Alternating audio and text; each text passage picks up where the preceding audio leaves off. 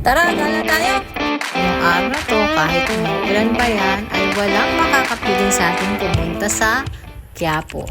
Sino kaya sa atin ang hindi nakakaalam kung saan ang Quiapo? Halos lahat tayo nanonood kay Tanggol. Nandito tayo ngayon sa Basilica Menor o ang pambansang dambana ni Jesus Nazareno. Kilala din ito bilang parokya ni San Juan Bautista o mas kilala bilang Simbahan ng Quiapo.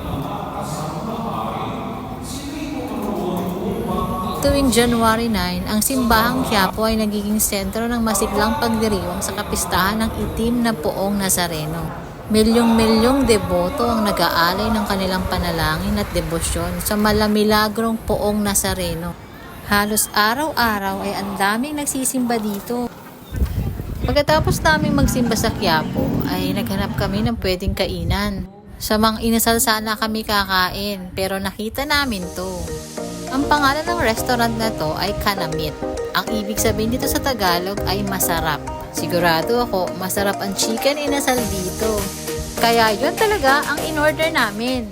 Sa halagang 175 pesos ay ma-enjoy mo na itong chicken inasal nila. Ito ang isa sa mga best-seller nila nito. Inubukan din namin itong pork dinuguan. Para kasing ang sarap Tsaka sabi nila, best-seller din daw ito. 130 pesos lang yan. Tikman din natin itong best-seller nilang halo-halo dito. Kanamit! Iniisip ko na ngayon, saan kaya ang susunod nating gala? Baka may idea ka, i-comment mo lang dito.